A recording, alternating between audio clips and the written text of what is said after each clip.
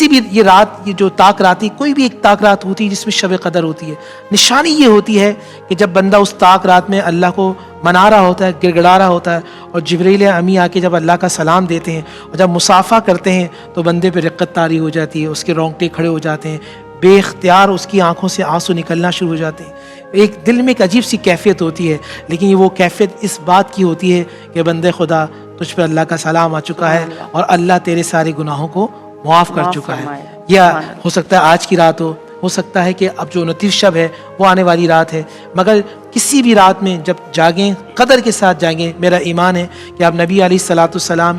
کا وسیلہ اور واسطہ اللہ کی بارگاہ میں پیش کریں گے، اللہ اس رات کو بھی آپ کے لیے شب قدر بنا دے گا، کیونکہ شب قدر تو اس کو کہتے ہیں نا جس میں اللہ معاف فرما دے۔ آئیے 26 سپارہ شروع کرتے ہیں۔ 26 سپارے کے سٹارٹنگ میں اللہ سبحانہ و تعالیٰ قرآن مجید فرقان حمید کی حقانیت کی بات کر رہا ہے،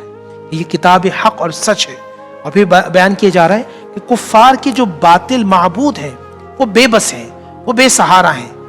جو اللہ کو مانتا ہے، اللہ کو رب ماننے کے بعد استقامت اختیار کرتا ہے، اللہ سبحانہ و تعالیٰ جنت کے دروازے اس کے لیے کھول دیتے ہیں۔ جو شخص ماں باپ کے ساتھ حسن سلوک سے پیش آتا ہے، جو شخص ماں باپ کو راضی کر لیتا ہے، اللہ تعالیٰ بھی اس کے لیے جنت کے دروازے کھول دیتا ہے۔ اور بھی بیان فرمایا جاتا ہے جو شکر ادا کرنے والے ہیں اور جو ہمیشہ ہر حال میں ہر وقت اللہ کا شکر ادا کرتے ہیں، اور جو اللہ نعمتیں دے اس کا فضل مان کر اس کی رب کی بارگاہ میں اور سجدہ کرتے ہیں، پھر اللہ سبحانہ و تعالیٰ فرماتا ہے اگر تمہیں دیکھنا ہے کہ اہل جنت کون ہے تو یاد رکھنا جو شکر ادا کرنے والے وہ اہل جنت ہیں۔ مطلب یہ کہ اگر آپ ہر حال میں شکر ادا کرنے والے ہیں تو قرآن کے 26ویں پارے کے مطابق آپ اہل جنت میں سے ہیں۔ اور پھر ارشاد فرمایا جاتا ہے کہ جو والدین کے نافرمان ہیں وہ گمراہ ہیں اور ان کے لیے اللہ نے جہنم میں عذاب تیار کر رکھا ہے۔ پھر کفار کے لیے بات کی جاتی ہے کہ کفار کے لیے دردناک عذاب ہے، اور وہ جب کل قیامت میں کہیں گے پروردگار جہنم میں کہ اللہ ہم پر اے اللہ کرم فرما، تو اللہ کہے گا ہم نے تمہیں دنیا میں تمام لذتیں دے دی تھی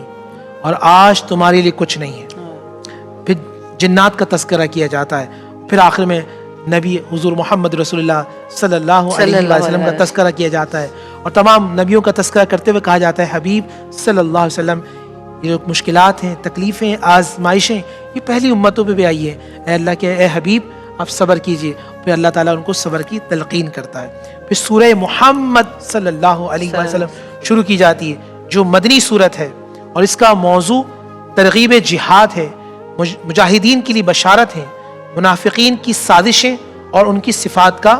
بیان کیا گیا ہے۔ اور سٹارٹنگ میں بیان کیا جاتا ہے کہ مومنین جو اعمال کرتے ہیں وہ اللہ کو بڑا مقبول ہے، وہ جو نماز پڑھتے ہیں، وہ جو روزہ رکھتے ہیں، جو اعتکاف کرتے ہیں، اللہ کو گڑ گڑا کر مناتے ہیں، اللہ فرماتا ہے میں نے ان کے اعمال کو قبول کر لیا اور کفار کے سارے اعمال کو